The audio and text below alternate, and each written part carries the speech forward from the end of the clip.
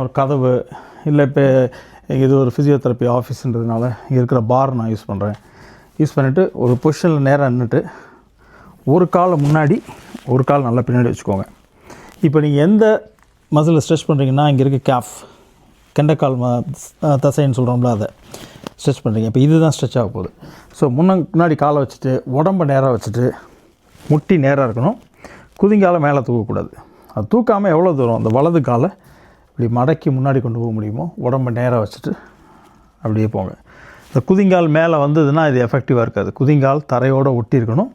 Forward போங்க. எங்கே உங்களுக்கு நல்ல புல்லை ஃபீல் பண்ணுறீங்களோ அந்த புல்லை ஃபீல் பண்ணுற இடத்துல ஸ்டாப் பண்ணிவிட்டு 30 செகண்ட்ஸ் நல்லா மூச்சு இழுத்து விட்டுட்டு அந்த அந்த ஸ்ட்ரெச்சை மட்டும் நீங்கள் ஃபீல் பண்ணணும். பெயின் வரக்கூடாது. பெயின் வந்ததுன்னா நீங்கள் ரொம்ப போகிறீங்கன்னு அர்த்தம். அப்போ கொஞ்சம் லூசன் அப் பண்ணிக்கோங்க, ரிலாக்ஸ் பண்ணிக்கோங்க. பண்ணிவிட்டு அந்த மசிலில் ஸ்ட்ரெச் பண்ணுறது ரொம்ப இம்பார்ட்டண்ட். இதே மாதிரி 30 செகண்ட்ஸ் ஹோல்ட் பண்ணோடனே மெதுவாக அந்த பொசிஷன்லேருந்து வெளியில் வந்துட்டு அப்படியே அடுத்தது லெக்கை ஸ்விட்ச் பண்ணுங்கள்.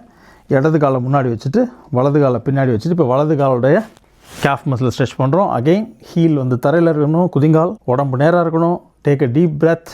மூச்சை ஹோல்ட் பண்ண வேண்டாம். ஒன்று மனசுக்குள்ளே 50 கவுண்ட் பண்ணிக்கோங்க, அது 30 இருக்கும். வாய் விட்டு கவுண்ட் பண்ணாலும் சரி. மூச்சை ஹோல்ட் பண்ணாமல் இருக்கிறதுக்கு அது உதவும். இதே மாதிரி ஸ்ட்ரெச் பண்ணுங்கள். இந்த ஸ்ட்ரெச்சில் மெயின்டைன் பண்ணி முடிங்க. இந்த 2 cafe stretches 30 seconds each 2 times. ஒரு போனஸ் ஸ்ட்ரெச்சுன்னு நான் என்ன சொல்லுவேன் அப்படின்னா உங்களுடைய பாதத்தை ஸ்ட்ரெச் பண்ணுறது.